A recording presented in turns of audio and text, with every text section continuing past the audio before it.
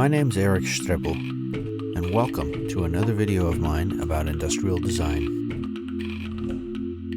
This is episode 5 of my Adventure Toy rendering series. Click on the screen here to watch some of the past episodes. I'm going to share with you how I concept out this Powerclix mech robot. I'm also going to show you how I create this jungle background and then drop the mech in to make it look like it's on patrol. I've already created a simple line drawing concept of the mech that I want, and it's based on a photograph that I took of some Powerclix that I actually stacked together into the basic shape of the robot. So here I'm just erasing out some of the line work so that it doesn't bleed or get trapped, I should say, by the marker. I start with a number 2 prismacolor gray, and I'm just blocking in the basic shapes. These are the forms that are directly facing away from the light. So the light source is coming from the right-hand side, illuminating the largest part of the object, in this case the right side. The smallest surface areas of this object are on the left and on the bottom. And so that's what's getting shaded in here and just blocked in. So I do the really basics first, and you can start to see some of the basic form starting to come out here, the legs, a little bit of the inside of the different Powerclix shapes. Now I come in with a slightly darker value, and I go and darken out the stuff that's even farther facing away from the light, or hidden or recessed inside, like on the insides of the feet or the inside of the cannon, the underside of the ventilation system here, the biological controls. Here I'm working on the suspension system, the knees, a little bit darkening in some of the underside stuff. I'm really adding a minimal amount of marker to help define the form, as this is all about rendering out the concept quickly and efficiently. Basically using the less is more concept here. That may be difficult if you're just starting out. You want to put color everywhere, but it's really just the basics. Whatever it is that you need to define the form. Nothing more, so that you can move on to the next concept and keep on designing and being creative. Here I'm just coming in, I'm doing the line work, basically outlining the forms so things read. This is a kid's toy, so everything pretty much gets outlined. It's not intended to be a photorealistic image in any sort of way. It's meant to look like a little kid's toy, not be photorealistic.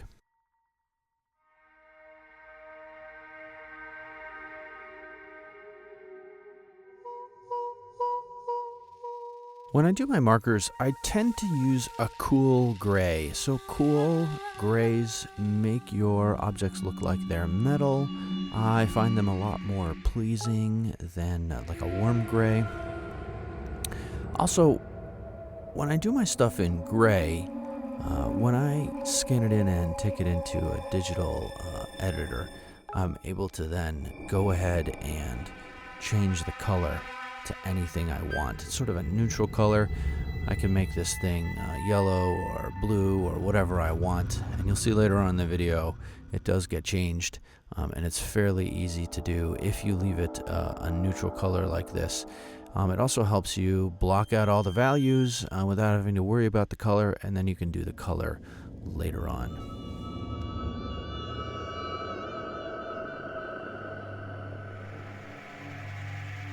Now that I'm done with the basic line work with my ballpoint pen, I come in and I sweeten up all the circular elements with an ellipse template. In here I just go through, make sure that the ellipses are going in the right direction. The minor axis is over here on the left where the vanishing point is, and I make sure that we follow that all the time so that things look correct.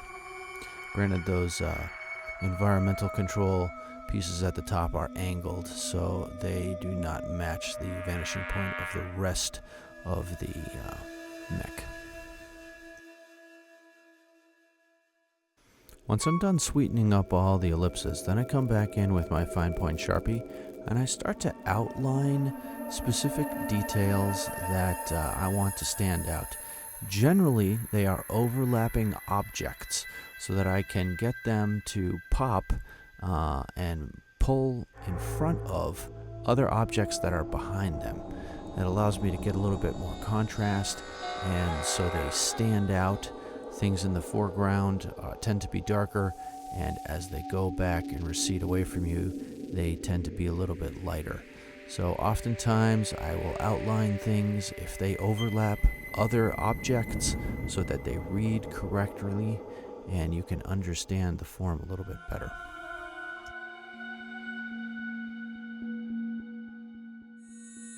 If we left the rendering the way it was, it would just sort of look like it's floating off in space, which we don't want. We want to anchor this thing to the ground. So I'm adding a ground plane shadow directly below the robot. And you can see as I start to fill this in very lightly, it starts to anchor the robot on the page, give it a little bit of definition. It's very simple, very subtle, but it makes a huge difference in your composition.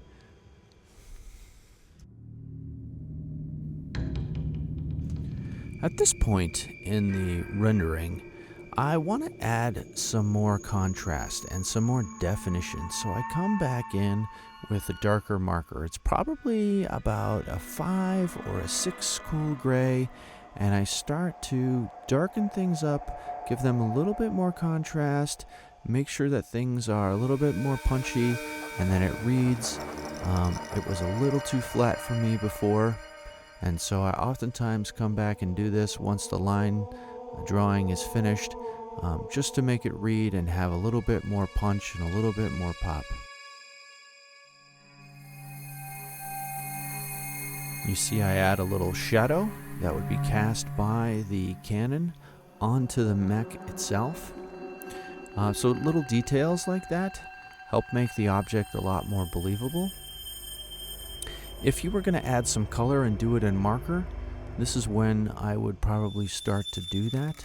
I see some other details here that I want to bring out, so I come back with my pen and my ellipse guide, and I throw that in there.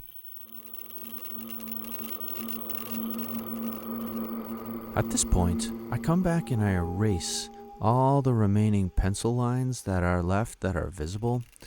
And I wait to do this a little bit until the ballpoint pen has fully dried, unless you want to get that smearing effect.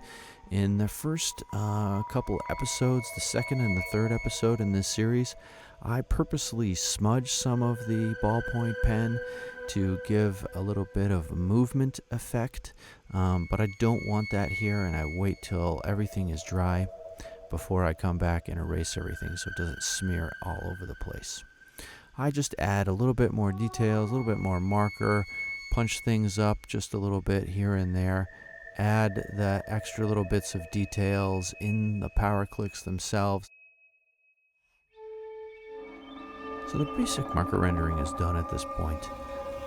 It gets scanned in my Epson V300 scanner, color balanced, and I crop it mainly to remove all the white area outside of the actual rendering itself. You can see I make the background red just so I can see, and then I just go and I erase everything, and so I have the mech all by itself, and I can drop it onto a background and do that correctly.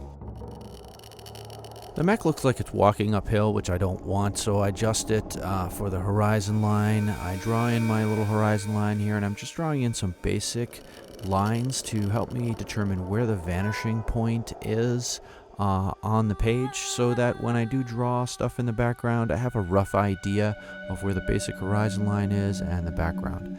Next, I'm just blocking in some values. I know I want it to be in the jungle, so I'm literally just with grays putting in the foreground, the background, some vines here, a tree on the left, checking out composition. I know it's on a little pathway, little plants in the front. Then I drop in a reference image. Even though it's a jungle, I just like the green, and I'm really using it for values. You'll notice that even though it is a jungle scene, I blur it out with a Gaussian blur. I'm not so interested in the composition, just the colors, so that I can use them in my basic sketch here.